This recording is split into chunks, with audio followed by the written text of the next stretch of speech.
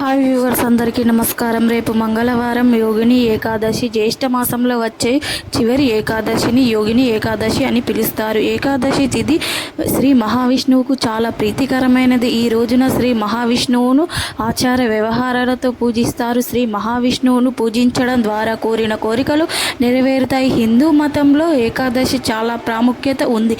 ఏకాదశి తిథి ప్రతి నెలలో 2 సార్లు వస్తుంది. కృష్ణపక్షంలో ఒకటి, శుక్లపక్షంలో ఒకటి. ఒక సంవత్సరంలో మొత్తం 24 ఏకాదశులు వస్తాయి. ప్రతి ఏకాదశికి ఒక్కొక్క విశిష్టత ఉంటుంది. యోగిని ఏకాదశి రోజు ఉపవాసం ఆచరించి శివుణ్ణి పూజిస్తే సర్వ పాపాలు తొలగిపోయి ఈ ఏడాది యోగిని ఏకాదశి జూలై 2వ తేదీ వచ్చింది. ఏకాదశి వస్తుంది. ఈ ఏకాదశి నుండి విష్ణుమూర్తి 4 నెలల పాటు యోగ నిద్రలోకి వెళ్తాడు. ఉపవాసం ఆచరించిన వ్యక్తి 88,000 మంది బ్రాహ్మణులకు అన్నదానం చేసిన పుణ్యఫలం దక్కుతుంది. మరణించిన తరువాత ఆత్మకు మోక్షం లభిస్తుంది. వైకుంఠ ప్రవేశం పొందగలుగుతారు.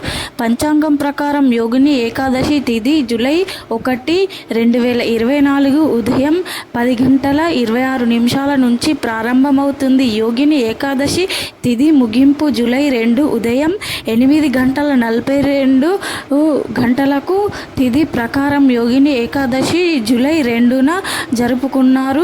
ఈ 2 శుభయోగాలు ఉన్నాయి. పుష్కర యోగమునకు సర్వద సిద్ధ యోగం వచ్చాయి. సర్వద సిద్ధ యోగము జూలై 2 ఉదయం 5:27 నుంచి జూలై 3 ఉదయం 4:40 వరకు ఉంటుంది. పుష్కర యోగం జూలై 2 ఉదయం 8:42 నుంచి ప్రారంభమై మరుసటి రోజు 4:40 వరకు ఉంటుంది. అయితే ఈ పవిత్రమైన రోజున ఈ చెట్టును తాకితే లక్ష్మీనారాయణ అనుగ్రహం కలుగుతుంది. ఏకాదశి రోజున ఈ చెట్టును తాకటం వల్ల మీ ఇంట్లో ఉన్న నెగిటివ్ ఎనర్జీ అంతా కూడా బయటకు వెళ్ళిపోతుంది. పాజిటివ్ ఎనర్జీ మీ ఇంట్లోకి ప్రవేశిస్తుంది. మంచి ఆరోగ్యం లభిస్తుంది. మరి రేపు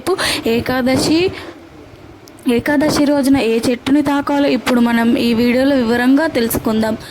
ఏకాదశి రోజున లక్ష్మీనారాయణను పూజ చేస్తారు. పద్మ పురాణం ప్రకారం ఏకాదశి అంటే ఉపవాసం ఆచరించడం వల్ల ఎన్నో త్యాగాలు చేసిన పుణ్యఫలం లభిస్తుంది.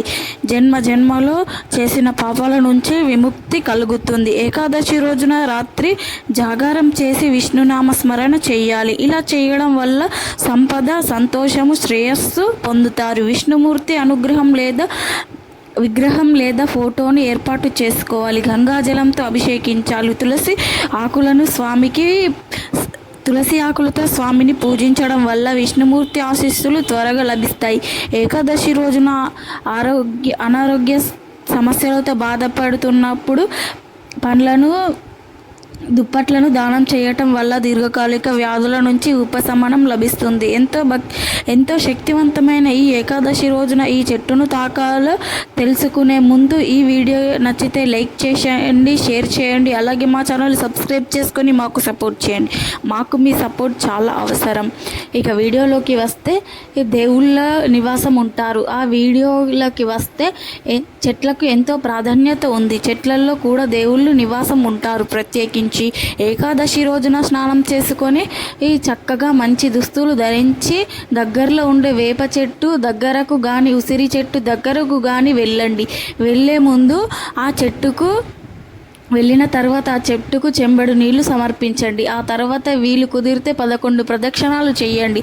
అలా ప్రదక్షిణాలు చేసిన తర్వాత ఆ చెట్టును 11 సార్లు తాకండి. మాకు ఉన్న కష్టాలు పోవాలని, మా ఇంట్లోకి లక్ష్మీనారాయణులతో సహా వచ్చి తిష్ట వెయ్యాలని, మాకు కలగాలని చెప్పుకోండి. ఆ తర్వాత కాసేపు ఆ చెట్టు కింద కూర్చోండి. 2 నిమిషాల పాటు కూర్చొని ఆ చెట్టు నుండి వచ్చే గాలిని పీల్చండి. ప్రకృతిలో ఆస్వాదించండి. ముఖ్యంగా ఏకాదశి రోజున వేప చెట్టును లేదా ఉసిరి చెట్టును తాకితే లక్ష్మీదేవి అనుగ్రహం, విష్ణుమూర్తి అనుగ్రహం కలుగుతుంది. చాలా మంచి జరుగుతుంది. శ్రీ మహావిష్ణు స్వరూపంగా భావిస్తారు. ఉసిరికాయలు లక్ష్మీదేవికి ఎంతో ఇష్టమైన చెట్టు. శ్రీ మహావిష్ణు రూపంలో ఎక్కువగా ఆదరిస్తూ ఉంటారు.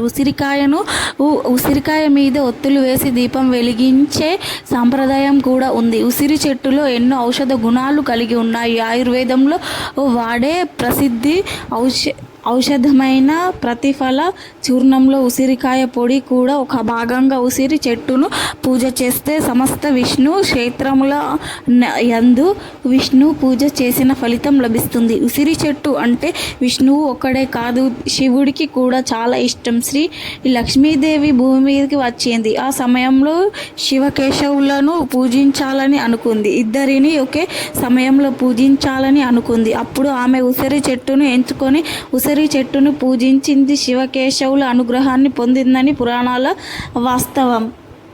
ఈ కథ ద్వారా తెలుసుకున్నది. అంతేకాదు ఉసిరి చెట్టు దిగువ భాగంలో బ్రహ్మ కూడా ఉంటాడని విశ్వాసం. కింది పురాణాల కాలక్షేపం చేస్తే జన్మ జన్మల పాపాలు పోతాయని.